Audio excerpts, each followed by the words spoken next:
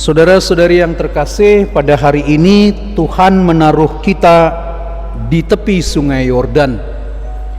Di seberang sana ada tanah terjanji, di belakang ada padang gurun, dan di tengah-tengah dikatakan di dalam bacaan tadi air sedang mengalir deras karena musim panen biasa airnya naik. Air deras itu melambangkan rasa sakit, gengsi, dendam, dan juga ketakutan. Israel melihat tabut perjanjian masuk ke sungai. Jadi kita melihat pola bukan mujizat dulu yang terjadi, tetapi kaki yang melangkah masuk. Kaki para imam membawa tabut perjanjian itu yang masuk dulu ke dalam air, lalu kemudian dikatakan air sungai berhenti dan mereka jalan di tengah-tengah itu. Saudara-saudara, langkah itu penting sekali. Kita harus mencoba dulu. Ada orang-orang yang berkata, "Romo, kalau tanah saya laku, saya akan nyumbang untuk taman doa. Romo, saya pasang lotre, orang tinggal di Singapura, saya pasang lotre, kalau saya menang uangnya saya sumbang ke taman doa." Seringkali kita menunggu mujizat dulu untuk melakukan sesuatu. Tapi ada ibu-ibu yang memberi kupon seharga 25.000. Itu yang bisa dia berikan untuk gereja, untuk taman doa. Kita harus melangkah dulu, baru mujizat itu terjadi, saudara-saudara. Banyak kali dalam hidup kita tunggu mujizat dulu, Tuhan lakukan sesuatu dulu, baru kemudian kita akan melakukan sesuatu. Tetapi kalau kita melihat pola pada hari ini, kaki itu jalan lebih dulu masuk ke dalam air.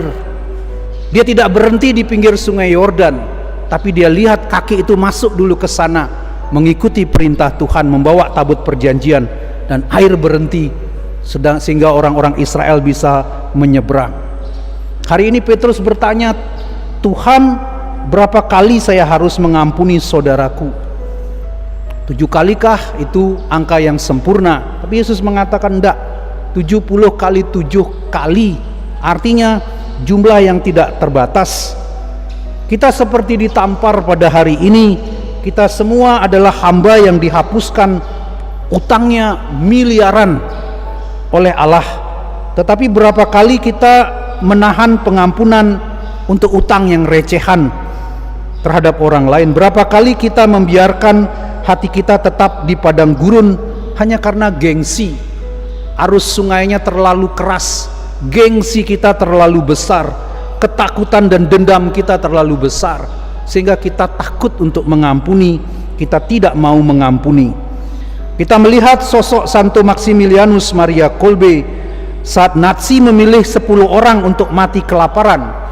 Karena dalam kamp konsentrasi itu ada aturan, kalau 1 orang melarikan diri akan diambil 10 secara acak untuk menggantikan 1 orang itu. Maximilian Maria Kolbe bukan seorang Yahudi, tapi dia ikut ditahan karena apa?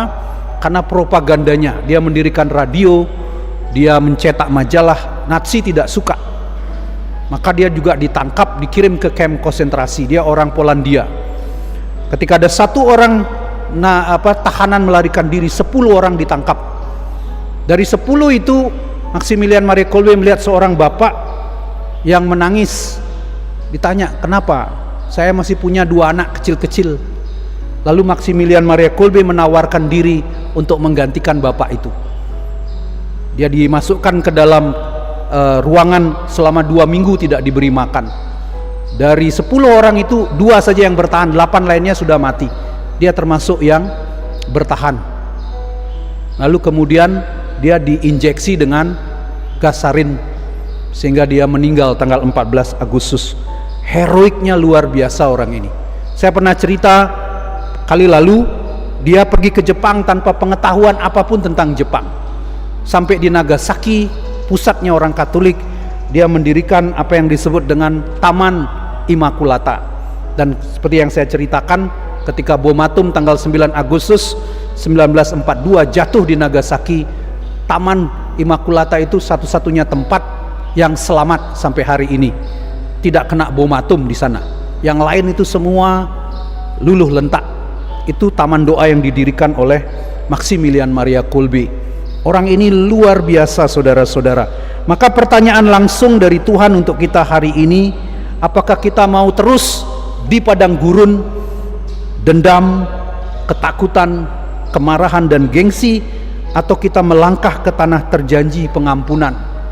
Kita harus mencoba untuk mengampuni walaupun itu menyakitkan.